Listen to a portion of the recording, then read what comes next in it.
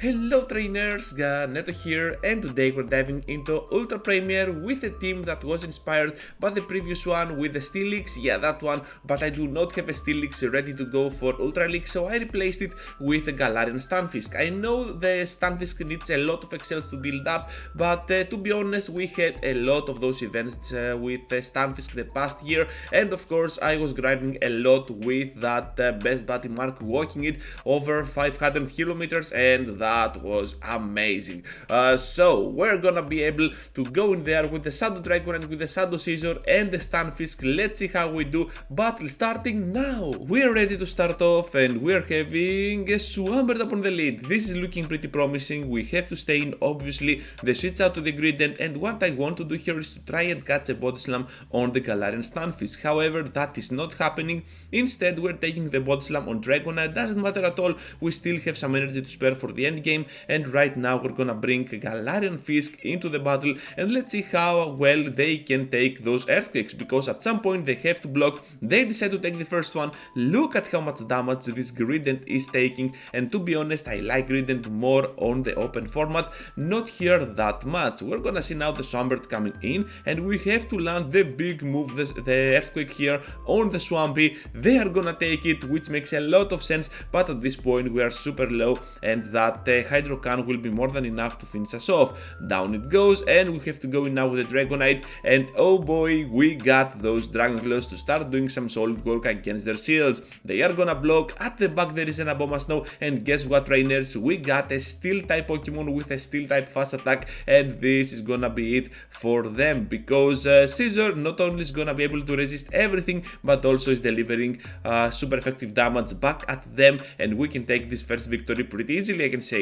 Into the next one with the Pelipper up on the lead. We really need to take care of that Hurricane for the end game, so they're safe switching into the Shadow Drapion, a Pokemon that I really like and I do not have at all on my roster for Ultra League, so I have to answer back at them with the Galarian Fisk. Galarian Fisk is able to take 3 of those Aqua Tails and still survive, which is pretty neat to be honest. We are having some energy as well to spare for that matchup with Pelipper.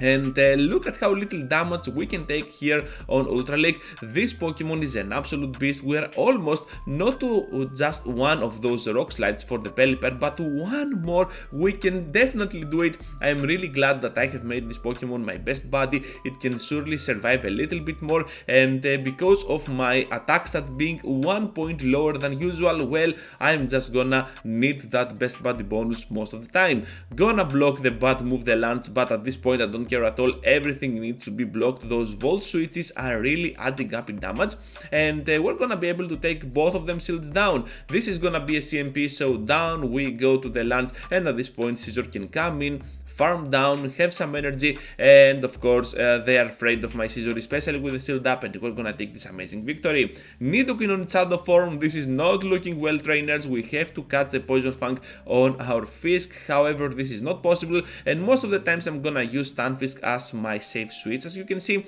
and of course I'm not gonna seal it at all, because what I want to do here is to go ahead, use my Earthquakes or the Rock Slides, and definitely try to grab some shields from my enemy.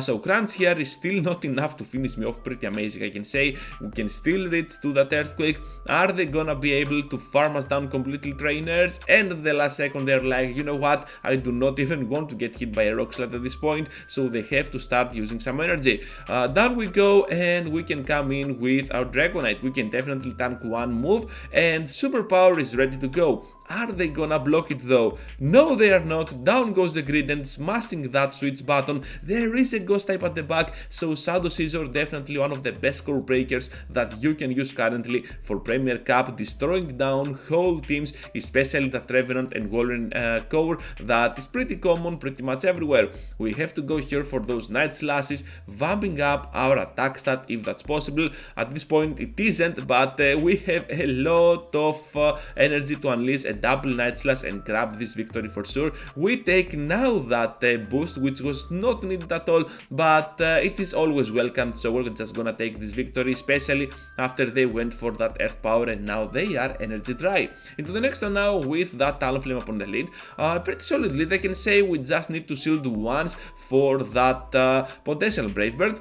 So let's go here for the Dragon Claw. They are gonna take it, and if that is gonna be a Brave Bird with a debuff on the defensive side, they're going down. However, they go for the Flame Charge, but still we're just gonna manage and farm them down right after. Let's go here for the Dragon Claw for the bait. They were supposed to block anyways, so at this point going for the bait was the optimal move for me to keep some of my energy alive as well, and then switch out to my Stunfisk because I know that Scizor still can destroy down that Wall Rain, and I want to see what they have at the back, and it is gonna be that Ferrothorn. So Ferrothorn for the Premier Cup of Ultra League is pretty troublesome, I can say. You're gonna see that the Earthquakes are not even doing enough damage. Earthquake here is gonna connect for big damage, but still not enough to finish it off, and I will snipe it down with my final Bullet Punch. I will just see here how they can go ahead and finish us off, because they have to land the Earthquake, but still it will not be enough to put us at a point that we will get hurt. So we can definitely go for double Night Slash here.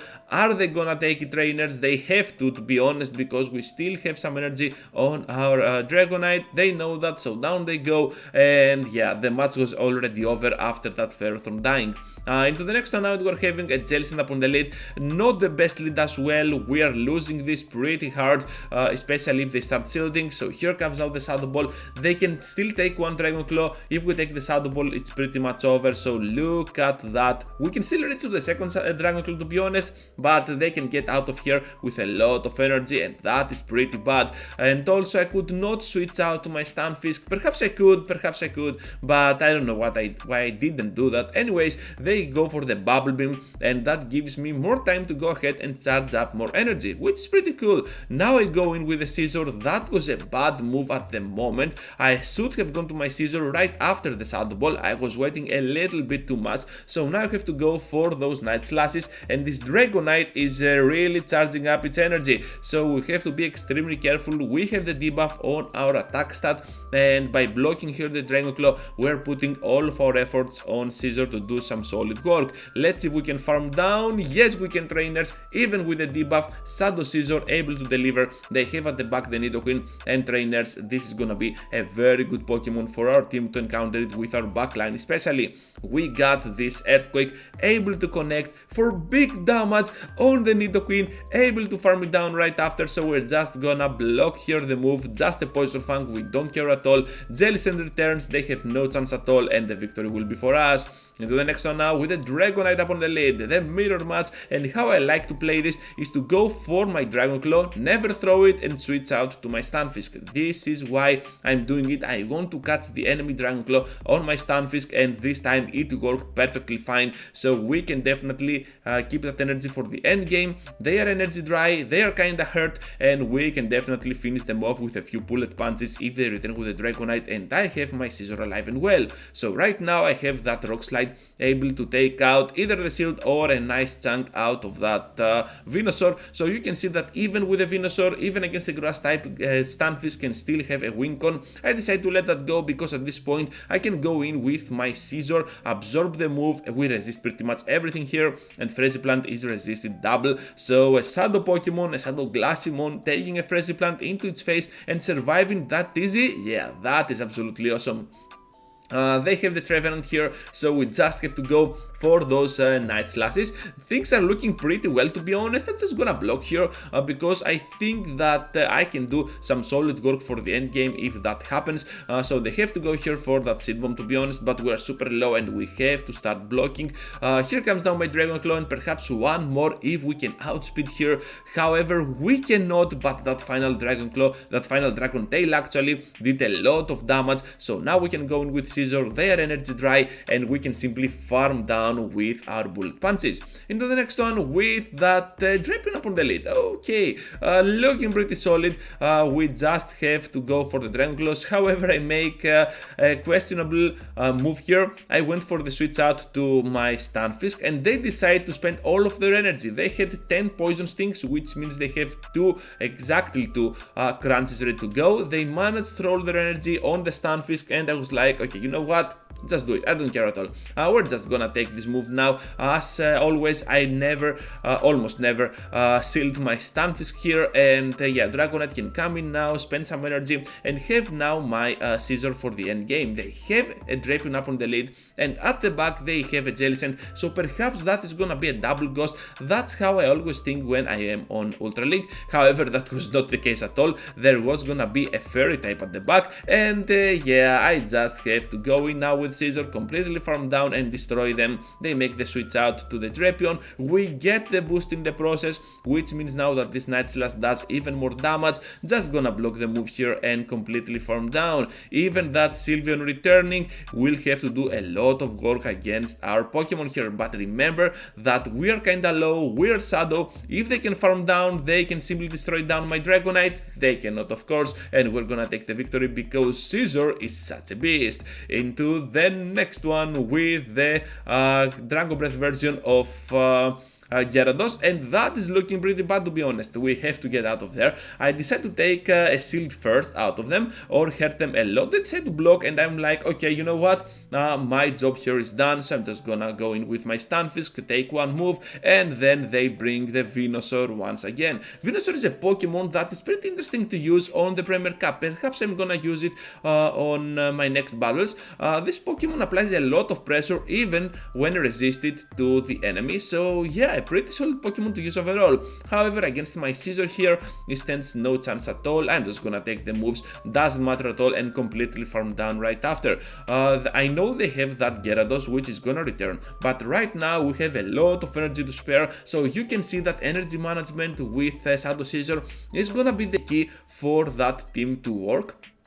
And I really like how Dragonite and that Scizor can work well with each other on different team compositions. So at the back there is gonna be here a Gallade, and that is looking pretty cool for us, able to go for the hard hitting move here. They're gonna take it because they are shieldless, and at this point we can just reach to a simple Night Slash. We still have the shield up and gonna grab this amazing victory for our team. Into the next one, trainers, and we're having, yeah, a kick drop on the lead, pretty solid lead. Dragon against Dragon, we're just gonna try and catch one Octazooka if that is possible, and almost always I go for the switch out because I want to preserve my Pokemon, my Dragonite, for the end game and try to catch the move on the Stunfisk. Just in case there is gonna be something like a Swampert at the back, I want my Dragonite with a decent amount of HP to start doing some solid work. Here my enemy decides to go for the Obstruct, and that was pretty amazing for them. Look at how little damage my Earthquakes are doing. Are you kidding me? That is a whole Earthquake,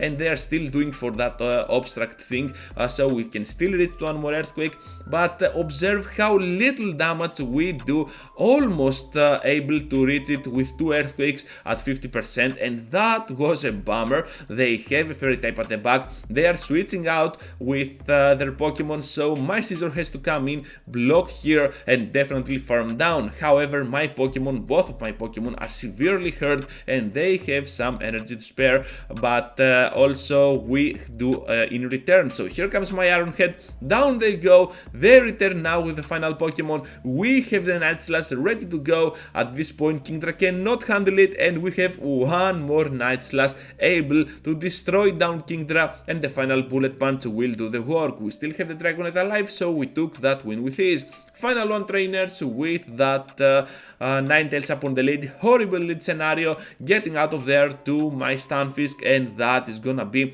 a good game, right? Nope, actually not. We still have a chance because Scizor can have the upper hand on the Ninetales. So flipping this match around is gonna be our main priority. Perhaps I'm gonna shield for the first time my Stunfisk here. So Earthquake is gonna connect, but not with too much damage, and we're still gonna lose that CMP. I was like, if I can survive this, perhaps I can do something, but I cannot survive, obviously. I'm just gonna farm down here with my Dragonite, and now with Drifloon coming in, I'm just gonna throw my Scizor. Yeah, they switched as well, so they're kind of locked in here, and we're gonna be able to flip around everything because that Scizor can break down that Charmer plus Ghost core that pretty much everyone is having other than the Ghost plus Wall Rain. So we're just gonna go crazy at them with the Final Night Slash, able to deliver hard hitting damage to that Drift Beam, and all we have to do here is to go for that Iron Head. So that's all, trainers. Thank you for watching, thank you for staying till the end. Just be sure to leave a huge like before you go, subscribe to the channel if you already haven't. More videos like this are more likely to happen on my channel, so that you do not want to miss them at all. Thank you for watching, and I hope to see you all into the next one. Take care, trainers.